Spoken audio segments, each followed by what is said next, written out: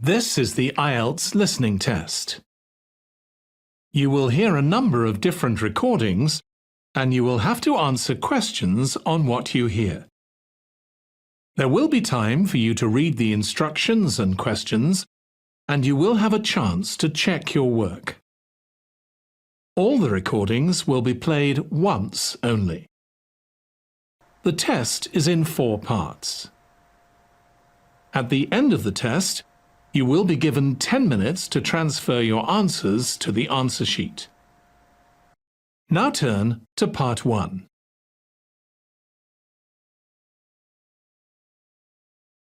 Part 1. You will hear a conversation between the head librarian and a student who wants to do voluntary work in the children's section of the library. First, you have some time to look at questions 1 to 6.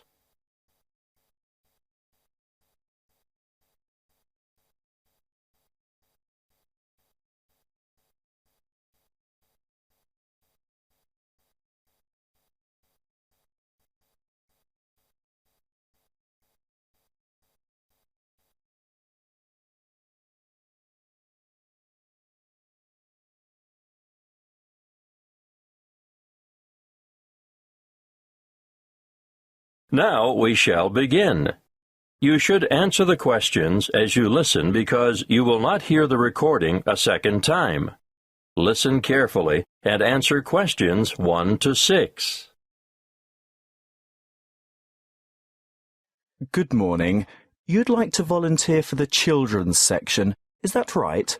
Yes, I spoke to you on the phone yesterday. That's right. Tessa, isn't it? Yes, Tessa Bridges. Thank you for coming in today, Tessa. Before we discuss what a volunteer does in the library, I'll need to get some details from you. No problem. What would you like to know? Where do you live, Tessa? I still live with my family in Northwood, 51 Matthew Drive. M-A-T-H-E-W? Matthew Drive? Actually, there are 2 T's. M-A-T-T-H-E-W. Oh, thank you. And the postcode for Northwood is? Oh, I'm still confused about that. It used to be 2614, which of course I still remember, but the post office has recently changed it to 4126. So, 4126. Now, you're a university student, aren't you? Not exactly. I go to Northwood Polytechnic. I'm in my final year. In your final year. So what are you studying? I mean your main subject. Oh, I'm majoring in creative writing. And are you enjoying that? Very much so. I love it. When I graduate, I want to write children's books. That's great. Now, I can see why you're keen to volunteer at the library. We're always grateful for the extra help, but I still have to ask you some more questions about your previous experience. That's fine, but I haven't had a full-time paid job yet. Not to worry. Part-time work or voluntary work gives you the experience most employers are looking for. Well, to start with, when I was 16, I had a babysitting job. And who did you work for? Oh, just family friends. How long did you babysit for family friends? Oh, about 2 years, on and off. After those 2 years were up, what did you do then? Well, I was still working as a babysitter on the occasional evening and weekend when I became a peer tutor at school. I did that for 1 year, my last year at senior high. And what does being a peer tutor involve? Mostly, it means staying behind after school 1 or 2 afternoons a week to help fellow students in the subject that they're having difficulty with. And what subject did you tutor in? English, actually. I see. Do you have any other experience? I worked at the Ace Sports Academy as a tennis coach, but that was only for about 12 weeks over the summer, before I enrolled at the Polytechnic.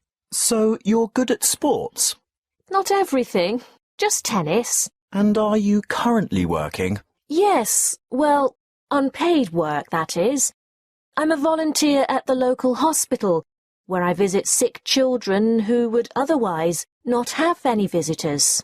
Well, it certainly seems as if you like children. Yes, I do.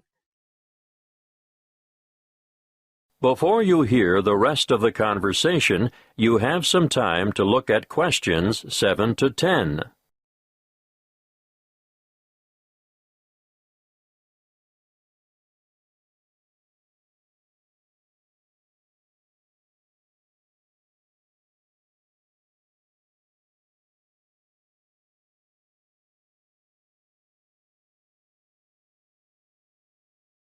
Now, listen and answer questions 7 to 10. Well, Tessa, what I need to know now is what your schedule is like, so that we can fit you into the roster here. Can I assume that you're not able to work Monday to Friday during office hours? Right. I'm very busy with lectures, workshops, and assignments during the week. How about weeknights? Say 5 to 7 in the evening. That's a very busy time in the children's section. Well, I couldn't commit to more than 3 evenings a week, and even then it would depend on my schedule. Yes, I understand. If possible, we could make arrangements a week in advance. Would that help? Yes, that might work. Are weekends okay? Well, Sundays are out. Actually, only every other Sunday, because that's when I'm usually needed at the hospital. But I'm free on Saturday afternoons. All right. We could roster you for the odd weekend then. What about school holidays? Definitely. No problem whatsoever. I don't have any other commitments during the holidays. That's good to hear. We have droves of children here in the holidays, as you can imagine. Thank you. Well, Tessa, we'll send you a letter of appointment in the mail, and we look forward to having you join us as a volunteer. Thanks very much. Now, as for your duties.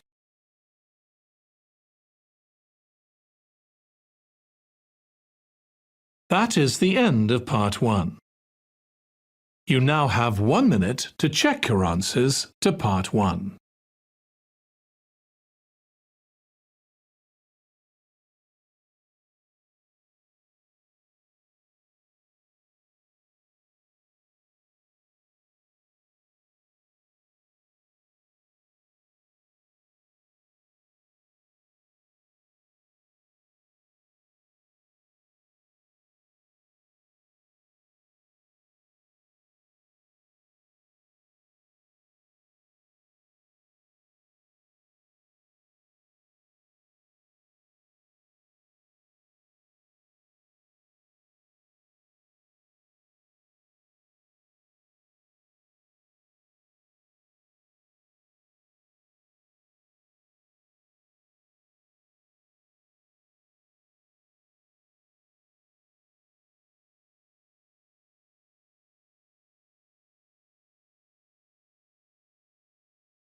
Part 2.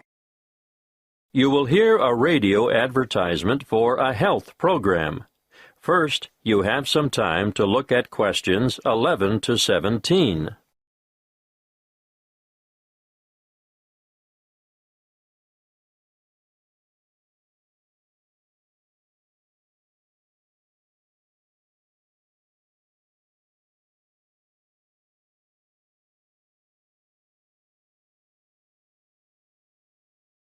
Listen carefully and answer questions 11 to 17.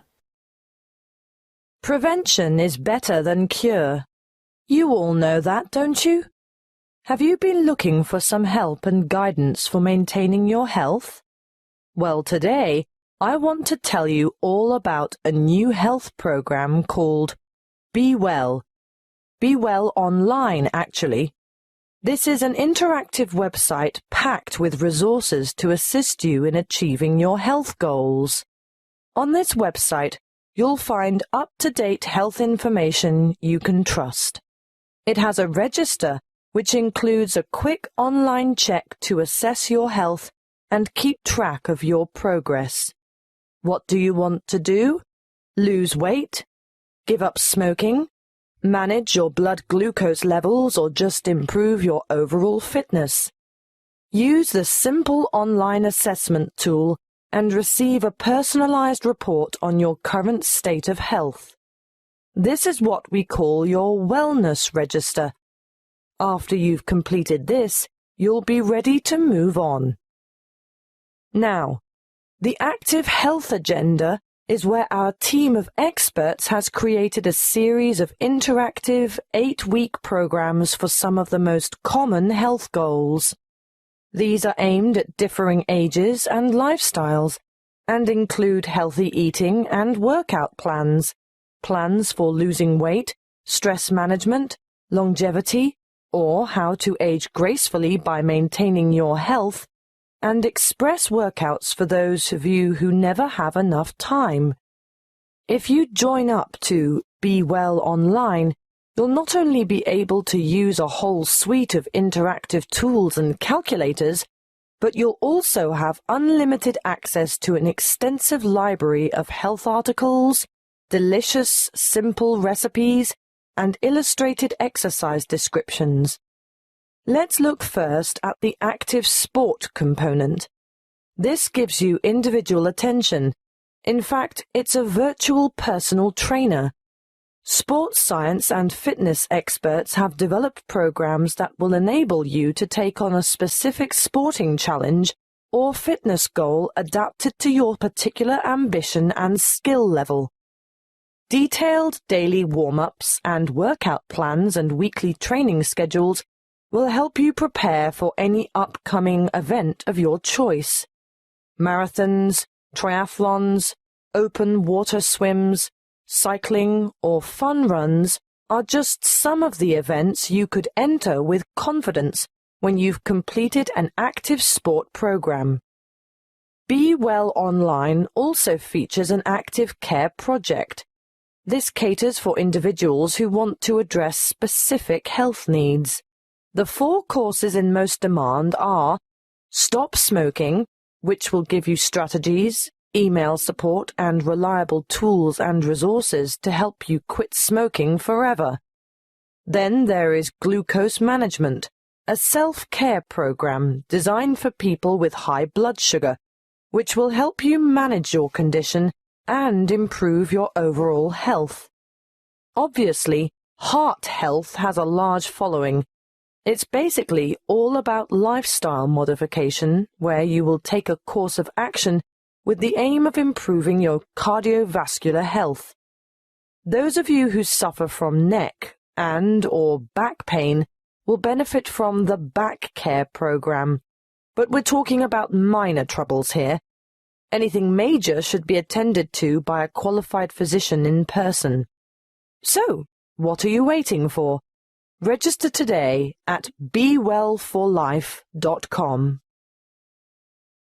Before you hear the rest of the talk, you have some time to look at questions 18 to 20.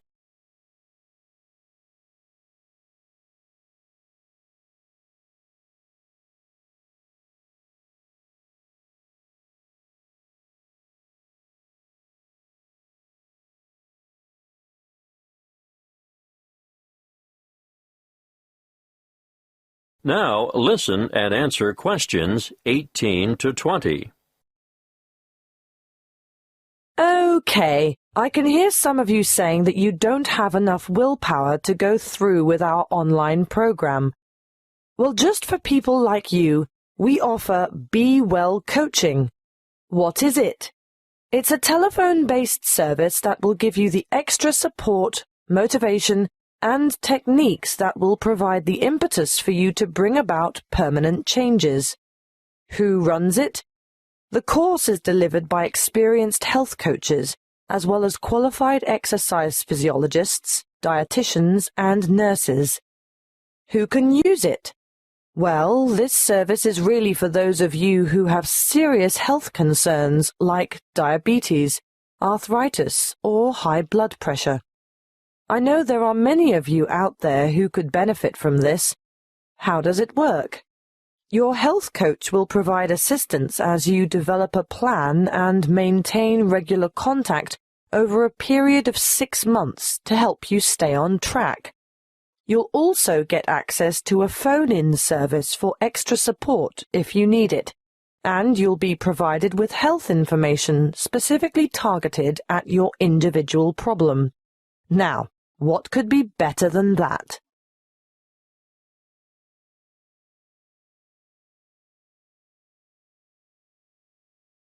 That is the end of Part 2. You now have 30 seconds to check your answers to Part 2.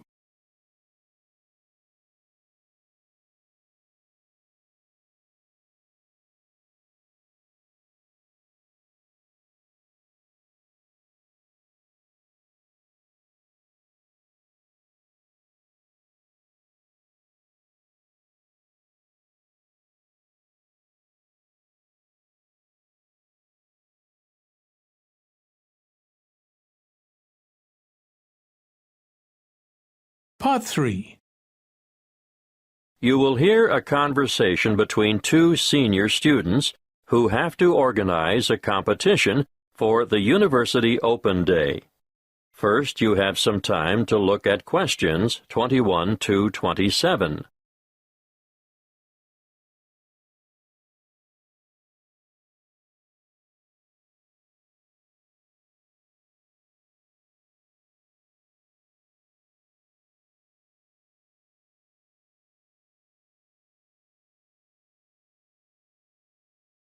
Listen carefully and answer questions 21 to 27. Hi, Grant. What sort of competition do you think we should organize? Well, Claire, the Open Day Committee was pretty clear on that. It must be something with youth appeal. That makes sense. After all, most of the visitors will have just left high school. Yeah, so I was thinking technology? Do you mean something which uses the latest technology, like an iPod? Something like that, but a bit more expensive maybe. What about the latest iPhone? I'm saving up for one right now. Let's make it an iPad. I wish I'd had a tablet computer when I started university. Yeah, that's a great idea. That should get a lot of our younger visitors interested. Right. Let's go with that then. Fine. We could go into town now and buy it. I saw great deals advertised at the Rick Smith store. Oh, I don't think we'll have to worry about that. A university purchase order will probably be arranged through the Resources and Supplies section. Well, that's settled then. What about the competition? Is it going to be a game of skill or a guessing game or something else? What do you think would work best? Good question. I don't think it should be anything too hard or anything that will make the visitors look silly. Some of them have such fragile egos. True. So, something that anyone can do. Nothing competitive, no skill or intelligence involved. That's right. But the main thing is that the contestants have a lot of fun. How do we do that? Well, I was thinking of a popular TV series, science fiction or science fantasy. I don't actually know the difference. Go on. It's a series where in every episode the main characters step through a portal into another world or another era. What's a portal? It's like a gateway or entrance to something. Okay, I get it. They'll be stepping into the new world of tertiary learning. So somehow we encourage people to step through this portal. Then what? They get their photo taken. Is that all? Not exactly. Let me think. I can't see how that's a competition, unless we pick the best photograph. But there's not much excitement or involvement in that for the participants. Wait. We don't decide on the winner. I mean, no one person does. We get them, the public, to do it. How? Put all the photos on Facebook, and the one with the most votes wins. I agree. Good idea. But there's just one more thing I'm not clear about. How do we get hold of a portal? I was thinking graduates of the engineering department could construct it as part of their contribution to Open Day. Before you hear the rest of the conversation, you have some time to look at questions 28 to 30.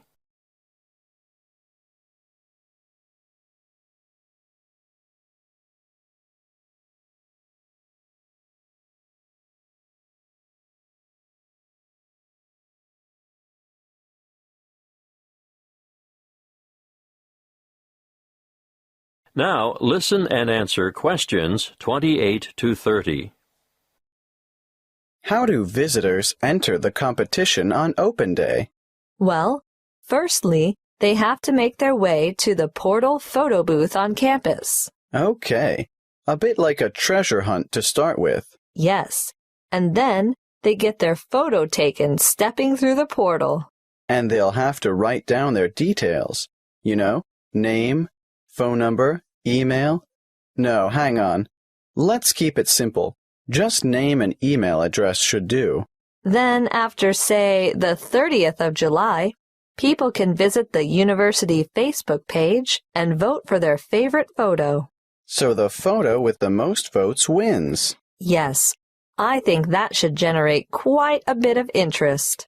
What about a cutoff date? Of course, maybe, the most popular photo as of 5 p.m. on the 10th of August will collect the iPad.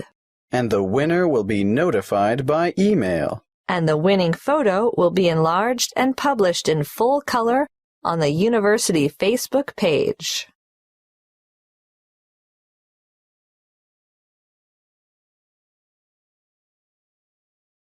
That is the end of Part 3. You now have 30 seconds to check your answers to Part 3.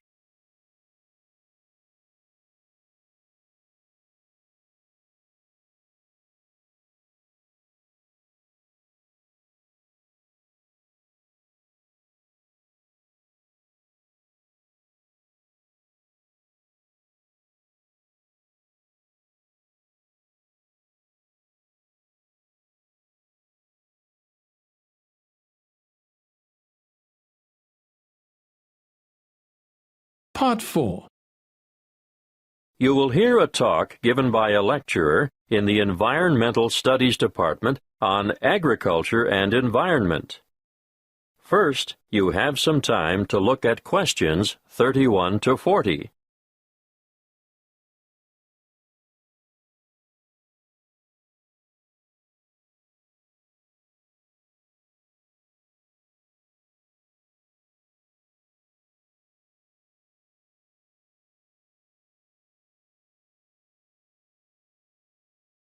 Listen carefully and answer questions 31 to 40.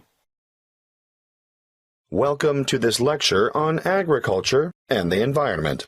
I hope it is enough to make some of you decide on a career in the field of agricultural science. As you all know, food is a basic human need, and producing enough of it is the single greatest challenge facing the modern world. Developing nations have rapidly expanding populations, so agriculture should be central to any development agenda for those countries. What's more, 75% of people in the developing world are dependent, directly or indirectly, on agriculture for their livelihood. And for many low-income countries, it's the most important sector of the economy, accounting for 50% of GDP, and sometimes it's the primary, if not only, source of foreign currency. Now, of course, when I talk about agriculture, I am using the term to encompass more than just growing food crops. Of course, livestock farming, fishing, and forestry are included.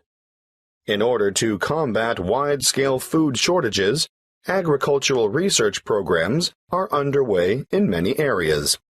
Using science is one way to increase productivity. But, a word of warning, agriculture must also be sustainable. Let's look at approaches that are not sustainable. Firstly, overgrazing and intensive cropping are two ancient but destructive practices that lead to loss of soil fertility. Secondly, the modern idea of liberal application of chemical pesticides and herbicides has had disastrous consequences for the health of the land, ranging from the pollution of water sources to the destruction of wildlife. These practices have ignored the mechanisms that sustain ecological communities. Ignorance has led to the destruction of the very biodiversity that is essential for sustainable food production. However, introducing new agricultural techniques, especially things like genetic engineering, can be difficult because many people remain suspicious of the fact that plants have had their genetic material modified by scientists. Biotechnology has also led to the dubious practice of bioprospecting, or, as some prefer to call it, biopiracy. Foreign multinational companies have been accused of illegally obtaining samples of indigenous plants of other countries in order to get their hands on genetic material to improve the quality or yield of their own crops. We must put aside the controversy surrounding the field of agricultural biotechnology in order to concentrate on the biggest threat to food production on this planet, which is, yes, climate change. The effects of global warming so far have been to shrink the food supply, thereby pushing up prices and making even the most basic necessities unaffordable. As I see it, the international community must address this and other challenges to agricultural production with urgency. Concrete scientific and technological achievements need to be presented for farmers to evaluate and learn to use. But, apart from that, governments need to address the complex issues of policy development if the world's hungry are to be fed. Environmental policies need to be put in place to protect ecosystems and correct soil degradation where possible. Countries cannot continue to exploit natural resources whilst ignoring the consequences. In fact, I'd like to see teams of agriculture and environment experts making up a global network which would monitor the world's farming systems. Different farming systems should be studied not only with a view to analyzing the environmental effects, but the social and economic effects as well. The studies would be carried out with a view to stemming pollution and erosion and promoting safe, cost-effective practices that will guarantee a secure food supply in the future. Monitoring sites would need to be set up all across the world and data collected in a systematic way. Of course, building the online infrastructure for such a project would cost millions of dollars, and there would be ongoing costs involved with the monitoring system. But the information gathered would go a long way towards solving the problem of feeding the masses and ensuring millions of people don't face a hungry future.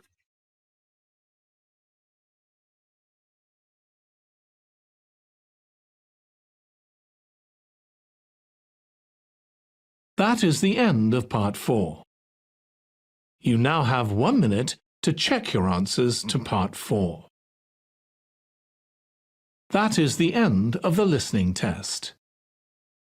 In the Ielts test, you would now have 10 minutes to transfer your answers to the answer sheet.